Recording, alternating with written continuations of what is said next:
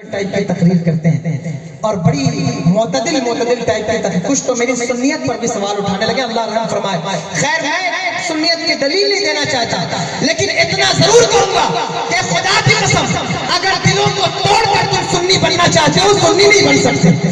اگر دلوں میں بغض پال کر تم سنی بننا چاہتے ہو سنی نہیں بن سکتے. خدا کی قسم اگر بچوں سے نفرت کر کے, بہنوں سے نفرت کر کے, اگر معاشرے میں برداشت کا کلچر پیدا کر کے تم سنیت کا جھنڈا اٹھانا چاہتے ہو تو تم سنی نہیں ہو. سنی کون ہے؟ میری سنیت پر بات کرنے والا میں وہ سنی ہوں. جمیل قادری مرنے کے بعد میرا لاشا بھی پڑے گا صلاۃ و سلام. تو سنی وہ ہوتا ہے, سنی وہ ہے جو حضور کی سیرت پر عمل کرتا ہے, حضور کی سنت پر عمل کرتا ہے اور حضور کے گستاخوں سے پرہیز کرتا ہے. عدم برداشت کے معاشرے کو ختم کرو اور معافی دینے اور معاف کرنے کا جذبہ پیدا کرو. اخلاق کی بہت ساری جہتیں ہیں, لیکن میں نے آج اسی جہت کو چن لیا ہے کہ میں اسی پر آپ سے تھوڑی دیر گفتگو کروں گا. معافی, حضور نے ارشاد فرمایا, قسم کھا کر ارشاد فرمایا, قسم کھا کر ارشاد فرمایا کہ معاف کرنے سے اگر کسی کی عزت کم ہو جائے تو محشر میں مجھ سے لے لینا. اب بتائیے اس سے بڑی بات کیا ہو سکتی ہے؟ معاف کرنے سے اگر کسی کی عزت ختم ہو, حضور فرمایا مجھ سے لے لینا. اور 3 مرتبہ حضور نے قسم کھا کے فرمایا کہ صدقہ دینے سے مال کم نہیں ہوتا, معاف کرنے سے انسان کی عزت نہیں گھٹتی. لیکن ہم نے کیسی عزتوں کے تاج پہنے کہ ہم ایک دوسرے کو معافی نہیں کر پائے. اور اخلاق, دوسروں کے سامنے ہمارا اخلاق دیکھیں, چوراہوں پر ہمارا اخلاق دیکھیں, اسٹیج پر ممبر پر ہمارا اخلاق دیکھیں کہ کتنے با اخلاق ہیں. امامہ اخلاق کی نشانی نہیں ہے, جبہ اور صدری جو ہے وہ اخلاق کی نشانی نہیں ہے, اسٹیج پر سر جھکا کے بیٹھنا یہ اخلاق کی نشانی نہیں ہے. بلا شبہ یہ تہذیب ہے, تمدن ہے, کلچر ہے, ادب ہے, میں اس سے روکتا نہیں ہوں. لیکن اخلاق کسے کہتے ہیں؟ اخلاق کا پتہ اس وقت چلتا ہے جب کسی دشمن پر تمہاری قدرت ہو اور وہ تمہارے سامنے کھڑا ہو اور اس وقت تم اس کو کہو کہ جاؤ میں نے تمہیں معاف کر دیا ہے, جاؤ تمہیں میں نے بخش دیا ہے. اس وقت تمہارے اخلاق کا پتہ چلتا ہے. جب قرضہ لینے والا قرض دے کر کے بھی ادا نہ کر رہا ہو اس وقت تمہارے اخلاق کا پتہ چلتا ہے. جب میں اپنی شادیوں میں نہ بلانے والا تمہاری شادیوں میں آنے کا متمنی ہو تب تمہارے اخلاق کا پتہ چلتا ہے. تمہارے اخلاق کا پتہ اس وقت چلتا ہے جب تم سے کوئی رشتہ توڑے اور تم اس سے جوڑتے جاؤ تب تمہارے اخلاق کا پتہ چلتا ہے. اخلاق جیسی قیمتی نعمت کو شاید سنیوں نے بہت پیچھے ڈال دیا ہے. یاد رکھنا, میرے امام احمد رضا خان فاضل بریلوی علیہ رحمۃ الرضوان نے ارشاد فرمایا, اور دیکھو میں آپ کو یہ بات بہت اچھے سے بتا دوں, لوگ کہتے ہیں کہ یہ اعلیٰ حضرت کو ماننے والے, اعلیٰ حضرت کا نام لینے والے یہ سخت لوگ ہیں, بڑے کٹر لوگ ہیں. نہیں, اعلیٰ حضرت نے جو کٹر پن دکھایا ہے وہ سنیوں میں نہیں دکھایا. فتاوی رضویہ پڑھ کے دیکھو, میرے امام کہتے ہیں کسی سنی کو بیوقوف نہیں کہہ سکتے, کہنا حرام ہے.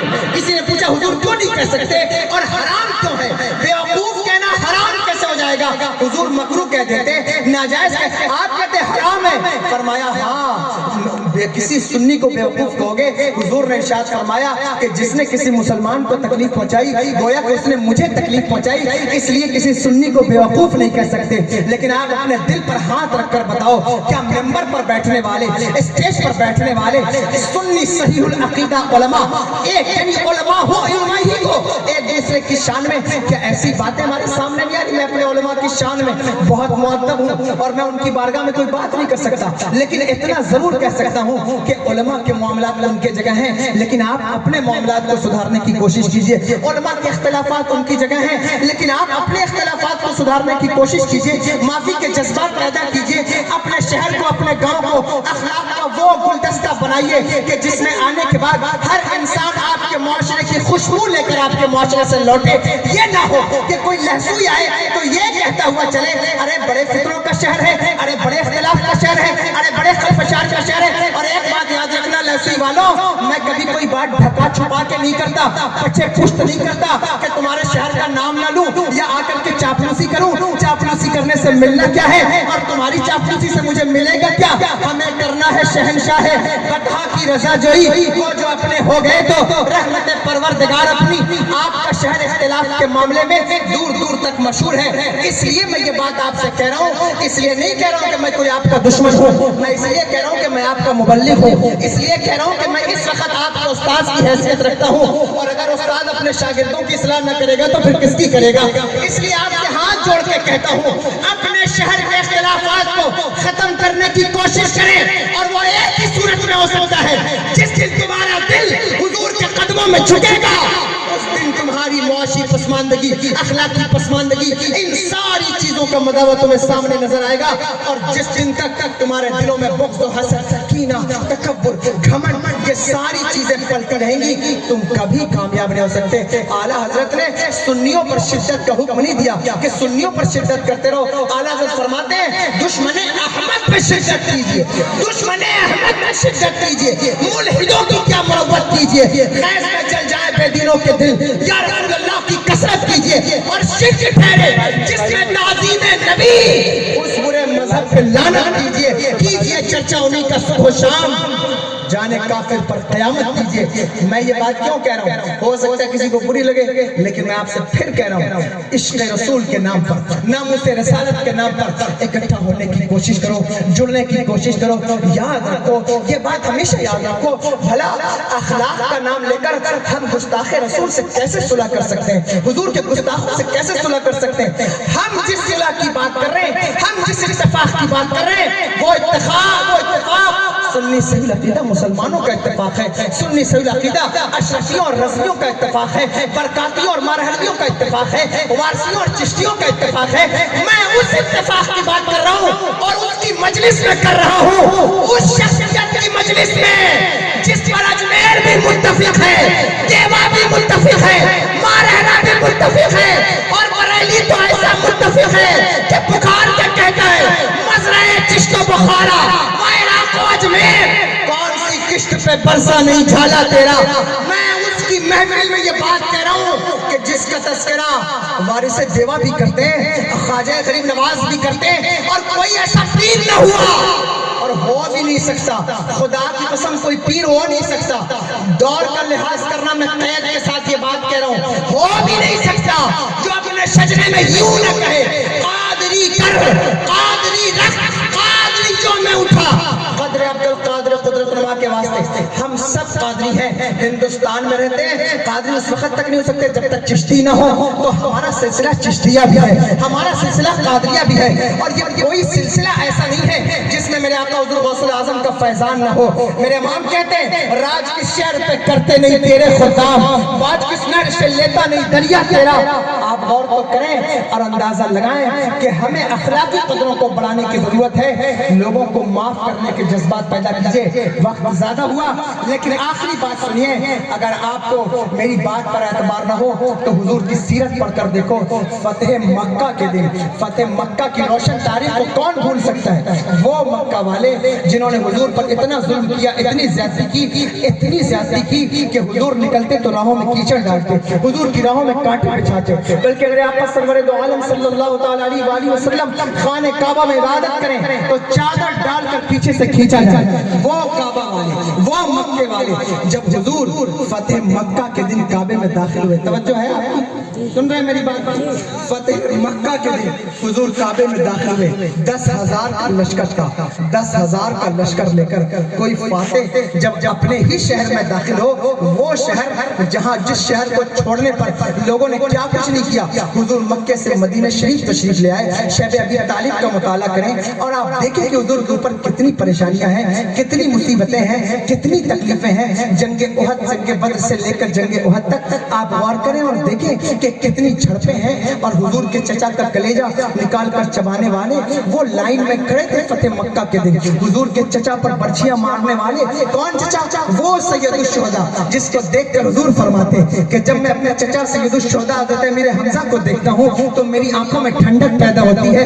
اس چچا کا کلیجہ نکال کر چبانے والے فتح مکہ کے دن لائن میں کھڑے تھے, راہوں میں کانٹے بچھانے والے لائن میں کھڑے تھے. پھول جیسی بیٹی جس کا مقام کوئی بیان نہیں کر سکتا, وہ سجدہ طیبہ طاہرہ عابدہ زکیہ نقیہ تقیہ, وہ عالمہ غیر معلمہ حضرت سیدہ فاطمہ الزہرا سلام اللہ علیہا پر پتھر مارنے والے لائن میں کھڑے تھے. لیکن اے لیثی والوں, کوتما والوں, ذرا دل پر ہاتھ رکھ کر بتاؤ اور غور کرو اس دن میرے آقا نے کیا کیا. اور حضور فاتح بن کے کعبے میں داخل ہوئے. ہمارے ہاں کوئی پارشدی کا چناؤ بھی لڑ کر آئے تو اس کا سینہ پھولا ہوتا ہے, اس کے ساتھ 10-20 گاڑیاں پیچھے ہوتی ہیں. لیکن اس دن فاتح مکہ بن کر حضور تشریف لا رہے ہیں. امام الانبیاء ہیں, امام الانبیاء ہیں, براد المشتاقین ہیں, سراج السالکین ہیں, رحمت للعالمین ہیں. اور ان کا سر, حضور کا سر اونٹ کے کوہان سے لگ رہا ہے. اس عاجزی کے ساتھ, اس تواضع کے ساتھ حضور کعبے میں داخل ہوئے کہ حضور کا امامہ اونٹ کے کوہان سے لگتا تھا. کون سا امامہ؟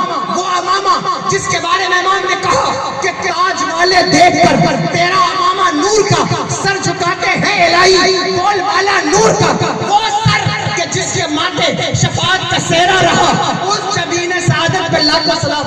وہ سر حضور کا اونٹ کے کوہان سے لگتا تھا. اور حضور کعبے میں داخل ہوئے, کعبے میں داخل ہوئے. سارے مجرم ایک لائن میں کھڑے تھے. ہاں مجرم ایک لائن میں کھڑے تھے, سب ایک لائن میں کھڑے تھے. جنہوں نے ظلم کیا, زیادتی کی, تانے دیے, گالیاں دی, کیا کچھ نہیں کیا میرے آقا کے اوپر. اگر میں یہ ایک ہسٹری ہے, مکمل عنوان ہے, خیر یہاں تو وقت نہیں, لیکن آپ جانے تو صحیح کہ کیا کچھ کیا میرے آقا کے اوپر. لیکن خدا کی قسم جب حضور داخل ہوئے تو میرے آقا نے کیا فرمایا, کہا مکے والوں آج کے دن تمہیں مجھ سے کیا امید ہے, آج کے دن تم مجھ سے کیا چاہتے ہو.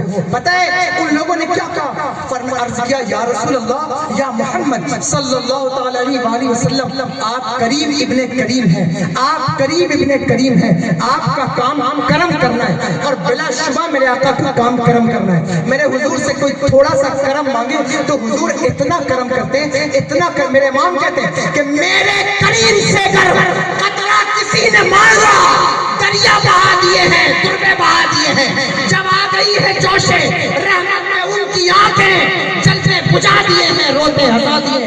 حضور کا کرم تو وہ کرم ہے, اور حضور کا کرم, حضور کا کرم حضور کی نسلوں میں دیکھنے کو ملے گا. خدا کی قسم نظر اٹھا کر دیکھو, میرے پاس وقت نہیں ہے ورنہ میں بتاتا.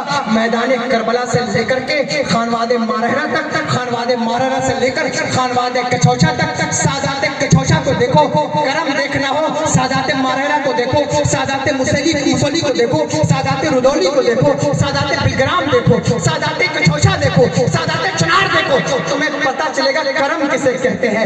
حضور نے کیا فرمایا اس دن, حضور نے فرمایا اے مکے والوں آج میں تم سے وہی کہوں گا جو میرے بھائی جناب یوسف نے اپنی قوم سے, اپنے بھائیوں سے کہا تھا, لا تثریب علیکم اليوم, جاؤ جاؤ آج کے دن کوئی مواخذہ نہیں ہے. فانتم طلقاء, جاؤ جاؤ جاؤ, کوئی بات نہیں ہے. ذرا غور تو کرو, اندازہ تو لگاؤ, وہ لوگ جنہوں نے اتنا ظلم کیا, اتنی زیادتی کی, حضور فرماتے جاؤ جاؤ کوئی بات نہیں, آج ہم تم سے کوئی مواخذہ نہیں ہے, آج تمہیں معافی ہے. بلکہ کسی صحابی نے کہا تھا الیوم یوم الملحمہ, آج کا دن تو بدلے کا دن ہے, آج کا دن تو خریزی کا دن ہے. حضور نے ارشاد فرمایا نہیں, الیوم یوم الملحمہ, آج کا دن تو معافی کا دن ہے, آج کا دن تو رحمت کا دن ہے, آج کا دن تو بخشش کا دن ہے. آپ مجھے بتائیے اور توجہ دے کر بتائیے کہ آپ نے کتنے لوگوں کو معاف کیا ہے اب تک, آپ نے کتنے لوگوں کی غلطیوں کو درگزر فرمایا.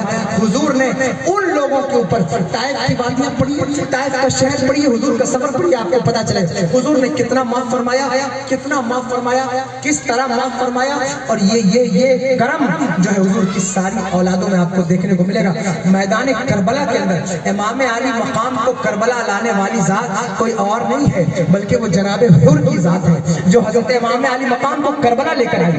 حر کی ذات ہے جو امام کو کربلا لائی. وقت نہیں ہے, تفصیل میں آپ نے سنا ہوگا, آپ جانتے ہوں گے, اور تاریخ میں بہت کچھ لکھا رہتا ہے. تاریخوں کے چکر میں نہ پڑا کرو, تاریخوں کی بات پر زیادہ کان نہ دھرا کرو. لوگ کہتے ہیں تاریخ میں یہ, تاریخ میں وہ, تاریخ میں یہ لکھا, تاریخ میں, ارے ہم نے کسی تاریخ کا کلمہ نہیں پڑھا, ہم نے حضور کا کلمہ پڑھا ہے. ہم بات وہی کریں گے جس میں حضور کی عظمت کا پہلو نمایاں ہو, حضور کی اولاد کی عظمت کا پہلو نمایاں ہو. کوئی ایسی بات ہم کر نہیں سکتے جس سے حضور کی اولاد کی توہین ہو. توجہ سے سنیے گا اس بات کو. تاریخ کے چکر میں آ کر تم اپنی اخلاقی قدروں کو بدنام کرتے ہو اور صحابہ کی بھی اخلاقی قدروں کو بدنام کرتے ہو. وہ دور اخلاقی عروج کا دور ہے. حضور نے ارشاد فرمایا خیر القرون قرنی، بہترین زمانہ میرا زمانہ ہے، بہترین دور میرا دور ہے. حضور چاہتے تو عصر کا لفظ بھی استعمال فرما سکتے تھے کیونکہ عصر زیادہ تر دور کے لیے استعمال ہوتا ہے، لیکن حضور نے قرنی فرمایا ہے. جانتے ہو قرنی کیوں فرمایا؟ قرنی اس لیے فرمایا تاکہ حضور کو پتا تھا کہ بعد میں آنے والے لوگ صدیق اکبر کے دور پر بھی انگلیاں رکھیں گے، عمر ابن خطاب کے دور پر بھی انگلیاں رکھیں گے، حضرت عثمان غنی کے دور پر بھی انگلیاں رکھیں گے. اس لیے حضور نے خیر القرون اصلی نہیں فرمایا، خیر القرون اہدی نہیں فرمایا، بلکہ حضور نے خیر القرون قرنی فرمایا.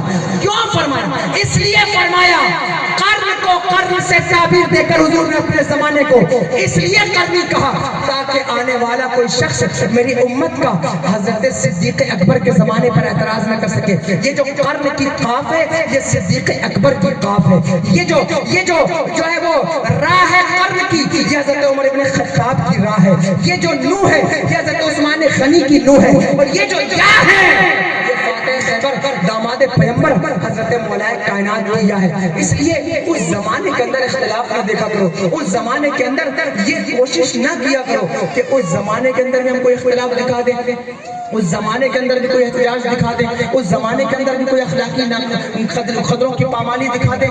وہ سب سے عروج کا دور ہے. اس دور کے اندر کی مثال، اس وقت کی مثال کوئی زمانہ لا نہیں سکتا، کوئی لا نہیں سکتا. ارے جب حضور کے دور کے کافر بے مثال ہیں تو حضور کے صحابہ کتنے بے مثال ہوں گے؟ حضور کے دور کے کافر جب اتنے بے مثال ہیں تو حضور کے صحابہ کتنے بے مثال ہوں. تم کہو گے کافر کیسے بے مثال ہے؟ میں کہوں گا پڑھو تاریخ کو. فرعون نے تو پھر بھی مرتے وقت کہا تھا آمنت برب موسیٰ و ہارون، لیکن ابو جہل کو قتل کرتے وقت معاذ اور معوذ سے ابو جہل نے کہا تھا اے بچوں میری گردن ذرا نیچے سے کاٹنا تاکہ پتہ چلے کسی سردار کا سر ہے. یعنی ایسی جہالت میں وہ مبتلا تھے. خیر میں کہنا یہ چاہتا ہوں کہ اس دور کے اندر یہ کام نہ کرو، یہ کام نہ دکھانا. حضرت امام علی مقام تو میدان کربلا لانے والی ذات کوئی اور نہیں ہے بلکہ جناب حر کی ذات ہے. لیکن جب حضرت امام علی مقام کے چہرے کو دیکھا اور دیکھ کر کے حضرت حر کی طبیعت بدل گئی اور دل تڑپ گیا، قدموں میں آ گئے اور کہنے لگے یا امام علی مقام میں جہنم میں نہیں جانا چاہتا، مجھے جنت کی راہوں کا مسافر بنائے، مجھے جنت کا راستہ دکھائیں. تو خدا کی قسم وہ کرم جو حضور نے فتح مکہ کے دن کیا تھا میرے امام نے میدان کربلا میں کیا. اور پتہ ہے میرے امام نے کیا کہا؟ میرے امام کے ہوٹوں پہ نہ شکوہ نہ گلہ تھا، یہ کہہ کے خطا بخش دی حر کی میرے شان ہے. جا یاد کرے گا کسی سید سے ملا تھا، جا یاد کرے گا کسی سید سے ملا تھا. آپ توجہ تو دیں، کرم اتنا ہے میرے حضور کے خاندان میں. اس لیے میں آپ سے کہتا ہوں کہ معاف کرنے کے جذبات پیدا کریں. حضور نے فتح مکہ کے دن تمام مکے والوں کو معاف کیا اور اس طرح معاف کیا کہ خدا کی قسم تاریخ 1450 سال کے بعد بھی اگر کوئی 1450 سال کے فاصلے پر کھڑے ہو کر بھی حضور کو دیکھتا ہے تو وہ پکار اٹھتا ہے کہ سب سے اولا وہ آلہ ہمارا نبی، سب سے بالا وہ والا ہمارا نبی، اپنے مولا کا پیارا ہمارا نبی. اور فرمایا میرے امام نے کہ سارے اونچوں میں اونچا سمجھیے جسے ہے اس اونچے سے اونچا ہمارا نبی، اور سارے اچھوں میں اچھا سمجھیے جسے ہے اس اچھے سے اچھا ہمارا نبی. میں نے اخلاق پر بات کر دی، میری بات ختم ہو رہی ہے. بس میں آخر میں آپ کو پیغام دینا چاہتا ہوں کہ دیکھو اگر اخلاق اچھا ہوگا، کردار اچھا ہوگا، لوگ آپ سے بات کریں، آپ کے قریب آئیں تو ان کو لوگوں کے پاس وقت نہیں ہے کہ وہ اسلام کو دیکھیں اور اسلام کو پڑھیں. لوگ آپ کو دیکھ کر کے اسلام کو سمجھتے ہیں، آپ کو دیکھ کر کے اسلام کو سمجھنے کی کوشش کرتے ہیں. اور اگر آپ کا کردار خراب ہو جائے، اگر آپ کا اخلاق خراب ہو جائے، میں واللہ کہتا ہوں واللہ کہ آپ جو ہے وہ گستاخ رسول سے اور جو ہے مصطفیٰ جان رحمت کا بغض رکھنے والے سینوں سے اتفاق نہ کریں. لیکن جو آپ کے سنی بھائی ہیں، جو آپ کے صحیح العقیدہ بھائی ہیں، یا جو وہ کسی اور گمراہی میں لگے ہوئے ہیں، جو گناہگار ہیں، پریشان حال ہیں، آپ ہم سے اپنے اخلاق کا نمونہ ایسا پیش کریں کہ وہ آپ کی طرف آنے کی طرف راغب ہو جائیں، وہ آپ سے بات کرنے کے روادار ہو جائیں. میرے بھائیوں اپنے اختلاف کو ختم کرنے کی کوشش کیجئے. حضور غوث اعظم کا مہینہ ہے وہ میرے آقا حضور غوث الاعظم جنہوں نے غریبوں کا کتنا خیال فرمایا، انہوں نے کتنا مسکینوں کا خیال فرمایا۔ آج 11ویں کے موقع پر بھی ہم یہ سمجھتے ہیں شاید کہ 11ویں صرف اسی لیے نہیں، 11ویں بھی اخلاق کو بہتر کرنے کے لیے ہے تاکہ ہمیں کھانا کھلانے کے جذبات پیدا ہوں، ایک دوسرے کو جو ہے وہ ان کی مدد کرنے کے جذبات پیدا ہوں۔ 11ویں اس لیے ہے، اس لیے نہیں ہے کہ بس آپ ہزاروں بکرے کاٹ دیں، یہ رنگ و رعنائی یہ اس لیے نہیں ہے کہ بس آپ کھاتے جائیں۔ 11ویں کے موسم میں لوگوں کو بکرے کھا کھا کر کے بدہضمی کا شکار ہو گئے لوگ۔ میں کہتا ہوں یہ طریقہ نہیں ہے 11ویں منانے کا۔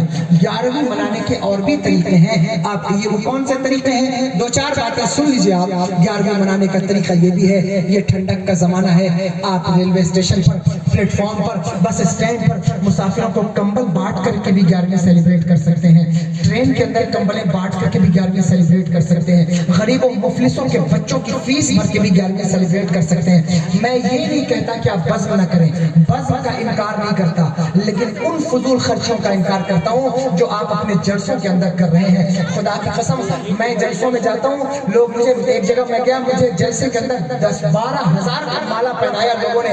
میں حیران رہ گیا کہ کیا اس قوم کا بچہ جس کی بہن سگنل پہ بھیک مانگ رہی ہے اس کو 10,000 کا مالا پہننے کا حق ہے؟ کیا ہمارے لیے یہ ضروری ہے؟ یعنی اگر شادیوں کی فضول خرچیاں بند ہونی چاہیے تو کیا جلسوں کی فضول خرچیاں نہیں بند ہونی چاہیے؟ کیا جلسوں کی فضول خرچیوں پر پابندی نہیں لگانی؟ ہم اپنے طریقے کو اس وقت سدھار سکتے ہیں جب ہم حضور کی سیرت کے آئینے میں اپنے آپ کو دیکھیں گے، اخلاق کے آئینے میں اپنے آپ کو دیکھیں گے، تو پھر ساری چیزیں ہمارے اندر دوڑ کر آئیں گی۔ اور جب تک ہم اس آئینے کو جھانک کر نہیں دیکھتے ہمیں دنیا کی کسی انسان کی سیرت پار نہیں لگا سکتی، کیونکہ دنیا میں سب سے بہترین سیرت اگر اللہ نے ہمارے لیے کسی کی بنائی ہے تو مصطفیٰ جان رحمت کی بنائی ہے، حضور کی بنائی ہے۔ توجہ سے حضور کی زندگی کو پڑھیے، غور سے دیکھیے اور دیکھ کر اپنی زندگی میں اتارنے کی کوشش کیجیے۔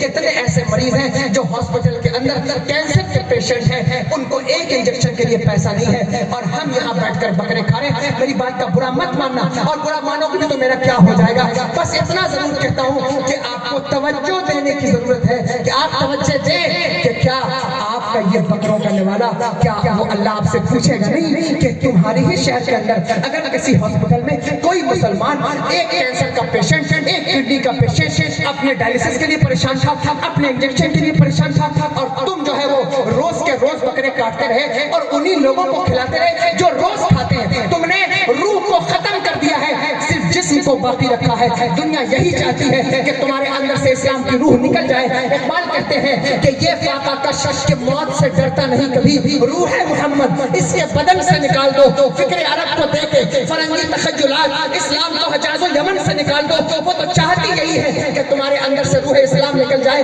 اور نکل رہی ہے تمہارے اندر سے روح اسلام۔ آج جو کچھ ہم کر رہے ہیں دین کے نام پر، خدا کی قسم یہ دین نہیں ہو سکتا، یہ دین کا کلچر نہیں ہو سکتا۔ دین کا کلچر یہ نہیں تھا، دین کا کلچر یہ نہیں تھا، بلکہ آؤ پلٹ کر حضور غوث الاعظم کا زمانہ دیکھو۔ حضور غوث الاعظم فرماتے ہیں کہ بھوک کے مارے کبھی کبھی ایسا ہوتا کہ 15 دن کھانے کو کھانا نہ ملتا، 10 دن تک کھانے کی کوئی سامان نہ ملتا کھانے کا۔ فرماتے ہیں میں کھنڈرات کی طرف چلا جاتا، دریائے دجلہ کی طرف چلا جاتا۔ ایک دن کہتے ہیں کہ بھوک کے مارے میری اتنی حالت ایسی ہوئی کہ میں مسجد میں آ کے بیٹھ گیا کہ اے میرے مالک، اگر ساری دنیا میں کہیں کھانا نہیں ملتا تو جسم بھلے ہی بھوکا رہے لیکن روح بھوکی نہ رہے، روح کی غذا تو روح تک پہنچ جائے۔ کہتے ہیں میں مسجد میں آ کر بیٹھا اور اللہ سے دعا کرنے لگا، اے میرے مالک آج 15 دن گزر گئے ہیں، تیرے عبد القادر نے کچھ کھایا نہیں ہے۔ فرماتا حضور غوث الاعظم میں نے دیکھا ایک شخص مسجد میں آیا، مسجد میں آ کر کے اس نے اپنا ناشتے دان کھولا، ناشتے دان کھول کر کے اس نے روٹی کے ٹکڑے نکالے اور گوشت کی بوٹیاں اس پر رکھ کر کھانے لگا۔ فرماتے ہیں بہت توجہ سے سننا، کرامتیں آپ نے بہت سنی حضور غوث الاعظم کی، لیکن حضور غوث الاعظم کی 40 سال کی اس زندگی کا کبھی مطالعہ کریں جو حضور غوث الاعظم نے مدرسہ نظامیہ کے اندر گزاری ہے، جو حضور غوث الاعظم نے گیلان سے لے کر بغداد تک اور بغداد سے لے کر جو آپ نے سفر فرمائے ہیں۔ خیر میرے پاس تو وقت نہیں ہے، لیکن آپ غور تو کریں، یہ آج رنگ و رعنائیاں لوگوں کو دیکھ کر اعتراض ہوتا ہے، لیکن پلٹ کر حضور غوث الاعظم کی زندگی دیکھو۔ کہتے ہیں وہ شخص جب منہ میں روٹی کا نوالا ڈالتا تو میرا منہ اپنے آپ کھل جاتا، یعنی بھوک کی یہ کیفیت تھی۔ فرماتے میں نے اپنے نفس کو ڈانٹا، اے عبد القادر یہ کیا طریقہ ہے کہ تو دوسرے کا کھانا دیکھ کر منہ کھول میں نے کہا حضور غوث اعظم کہتے ہیں میں نے اپنے منہ کو بند کر لیا، لیکن اس شخص نے میری طرف دیکھا، دیکھ کر کہا شہزادے آئیے میرے ساتھ کھانے میں شریک ہو جائیے، آئیے میرے ساتھ کھانے میں شریک ہو جائیے۔ میرے آقا حضور غوث اعظم فرماتے ہیں کہ میرا دل تو چاہتا تھا لیکن میں نے تکلف کی وجہ سے منع کیا، میں نہیں گیا۔ اس نے دوبارہ کہا پھر آئیے، میں نے پھر منع کیا۔ تیسری مرتبہ جب اس نے کہا تو میں منع نہ کر سکا اور میں اس کے کھانے میں شریک ہو گیا۔ میں نے کھانا کھایا، کھانا کھایا، کھانا کھا کے جب میں فارغ ہوا تو میرے دل میں خیال پیدا ہوا، اے میرے مالک کھانا تو میں نے کھا لیا ہے لیکن پتہ نہیں یہ کھانا رزق حلال تھا یا نہیں تھا، پتہ نہیں یہ کھانا کس کا تھا، پتہ نہیں یہ کس کا تھا جو میں نے کھا لیا ہے۔ آپ ذرا توجہ تو کریں، سوچے تو صحیح، کھانے سے پہلے اتنا ضرور سوچا کرو کہ جو میں کھا رہا ہوں وہ کھانا میرے پیٹ میں جا کر کون سا خون بنائے گا، کون سا خون پیدا کرے گا، کیونکہ وہ خون صرف تمہارے بدن میں نہیں رہے گا، وہ آگے تمہاری نسلوں میں بھی منتقل ہونا ہے۔ کون سا خون اپنی نسلوں کو منتقل کرنے والے ہو، اس خون کو اگر خون کی فکر ہے اور خون کی فزیکل فکر ہے تو خون کی اسپریچول فکر بھی پیدا کرو کہ وہ خون تمہاری نسلوں کے اندر منتقل ہوگا، پھر وہ خون کیا رنگ دکھائے گا۔ اس لیے کھانے سے پہلے ضرور سوچا کرو۔ میرے آقا حضور غوث اعظم کہتے ہیں میں نے کھا تو لیا لیکن کھا کر سوچنے لگا کہ پتہ نہیں یہ کھانا کیسا تھا، ابھی میں سوچ ہی رہا تھا کہ میرے آنکھوں سے اشک کے قطرات جاری ہو گئے۔ وہ شخص آگے بڑھ کے مجھ سے پوچھنے لگا شہزادے بغداد میں کسی عبد القادر کو جانتے ہیں، بغداد میں کسی عبد القادر کو جانتے ہیں؟ میں نے کہا کہ کیوں، کیا بات ہے؟ کہا یہ کھانا اس کی ماں نے بھیجا ہے کہ اس تک پہنچا دینا، اب وہ ملا نہیں تو میں نے مجبوراً اس کا کھانا کھا لیا، اب جب وہ ملیں گے تو ان سے معافی مانگوں گا۔ میرے آقا حضور غوث اعظم سجدے میں گر گئے اور گر کر کہتے ہیں میرے مالک تیرا شکر ہے کہ تو نے اتنے دنوں کے بعد کھلایا بھی تو اپنا ہی کھلایا، کسی غیر کا نہیں کھلایا، اپنا ہی کھلایا، کسی اور کا نہیں کھلایا۔ حضور غوث اعظم نے ارادہ کیا تھا، تمہید کا لمبی بات کا وقت نہیں ہے، اتنا سمجھیے حضور غوث اعظم نے حضرت کی تھی اے میرے مالک یہ جو طلبہ ہیں، یہ جو تلامذہ ہیں جن کو مہینوں مہینوں کھانا نصیب نہیں ہوتا، اے میرے مالک میری خواہش ہے کہ میں ایسا دسترخوان لگاؤں کہ ساری دنیا میرے دسترخوان پر بیٹھے، ساری کائنات میرے دسترخوان پر بیٹھے۔ میں کہتا ہوں آقا آپ حسرت کریں اور پوری نہ ہو، ایسا کیسے ہو سکتا ہے؟ آپ ارادہ کریں اور پورا نہ ہو، ایسا کیسے ہو سکتا ہے؟ تیری دعا اثر سے کم ملول ہوئی، ادھر زبان سے نکلی ادھر قبول ہوئی۔ حضور غوث اعظم نے ارادہ کیا تھا، اللہ نے اس ارادے کو پورا فرما دیا ہے۔ ہر شہر کے اندر، ہر گاؤں کے اندر، ہر بستی کے اندر، آسٹریلیا جائیے، امریکہ جائیے، کیلیفورنیا جائیے، تیجانی سلسلہ حضور غوث اعظم کے ماننے والے ہر ملک کے اندر حضور غوث اعظم کا دسترخوان ملے گا 11ویں کے اندر۔ اسی لیے میں یہ نہیں کہتا کہ پورے طور پر 11ویں کے دسترخوان کو ختم کر دو، لیکن اتنا ضرور کہتا ہوں کہ اگر کھا کھا کر بدہضمی کا شکار ہو گئے ہو تو ان غریبوں کا بھی خیال کر لینا، ان فقیروں کا بھی خیال کر لینا۔ حضور غوث اعظم کے نام پر جنہوں کو جو ہاسپٹل میں تڑپ رہے ہیں، جو بیماریوں میں جھوج رہے ہیں، وہ بچیاں جو سگنلوں پر بھیک مانگ رہی ہیں، ان کا بھی خیال کرنا۔ اور یاد رکھو اگر تمہارے شہر کے اندر کوئی غریب نہیں ہے تو دنیا میں بہت ساری ایسی کنٹری ہیں، ایسے اسٹیٹس ہیں، کشمیر جائیے، کشمیر کا مسئلہ دیکھیے، آپ کو پتا چلے گا کہ دانوں کی قیمت کیا ہے، اناج کی قیمت کیا ہے۔ ابھی پچھلے دنوں آپ جائیے کبھی کشمیر، آپ مطالعہ کریں، پڑھیں، آپ کو پتا چلے گا کیسی غربت ہے اسی ہندوستان کی سرزمین پر۔ لوگ ایک ایک دوائیوں کے لیے پریشان ہیں، تھک رہے ہیں، لیکن ان کو دوائیں میسر نہیں ہیں۔ اللہ کا شکر ادا کیجئے کہ اللہ نے آپ کو یہ ساری چیزیں عطا فرمائی ہیں۔ آخر میں ایک جملہ کہنا چاہتا ہوں، کچھ لوگ اتنے بد اخلاق ہوتے ہیں، اتنے بد اخلاق ہوتے ہیں کہ وہ اپنوں پر تو اعتراض کرتے ہی ہیں، بزرگوں پر بھی اعتراض کر دیتے ہیں کہ یہ 11ویں کہاں سے آئی، یہ غوث اعظم کا لنگر کہاں سے آیا، یہ کس نے شروع کیا، کہاں سے۔ بہت سارے لوگ ایسے ہیں۔ آخری بات ہے، بالکل گھبرائیے نہیں، ایسا لنگر دے رہا ہوں خدا کی قسم اگر ایک انسان نے بھی وہ لنگر کھا لیا تو اس کی نسلیں کامیاب ہو جائیں گی، ورنہ آپ کو کھانا تو ہے ہی ہے۔ اب آپ اس لیے کچھ ایسے بد اخلاق ہوتے ہیں کہ خود پر تو اعتراض کرتے ہیں، حضور غوث اعظم پر اعتراض۔ بلکہ ایک صاحب مجھ سے پوچھنے لگے کہ آپ 11ویں کرتے دسترخوان لگاتے ہیں، بتائیے حضور نے کب دسترخوان لگایا، حضور نے کب لنگر کیا؟ حضور کو آپ کو ثابت کیجئے حدیث پاک سے کہ حضور نے کوئی دسترخوان لگایا ہو، حضور نے کوئی ایسا لنگر چلایا ہو، کوئی ایک لنگر ثابت کیجئے۔ ابھی پچھلے دنوں میں کریم گنج صدی پیٹ تلنگانہ کے علاقے میں تھا، بتائیے کہ کوئی لنگر حضور نے چلایا؟ میں نے کہا بدبخت جاہل، تو حضور کا خان پوچھتا ہے کہ حضور کا دسترخوان کیا ہے؟ سن میں تجھے بتاتا ہوں، زمین خان، آسمان خان، زمانہ مہمان، صاحب خانہ لقب کس کا ہے؟ تیرا فرش والے، تیری شوکت کا علو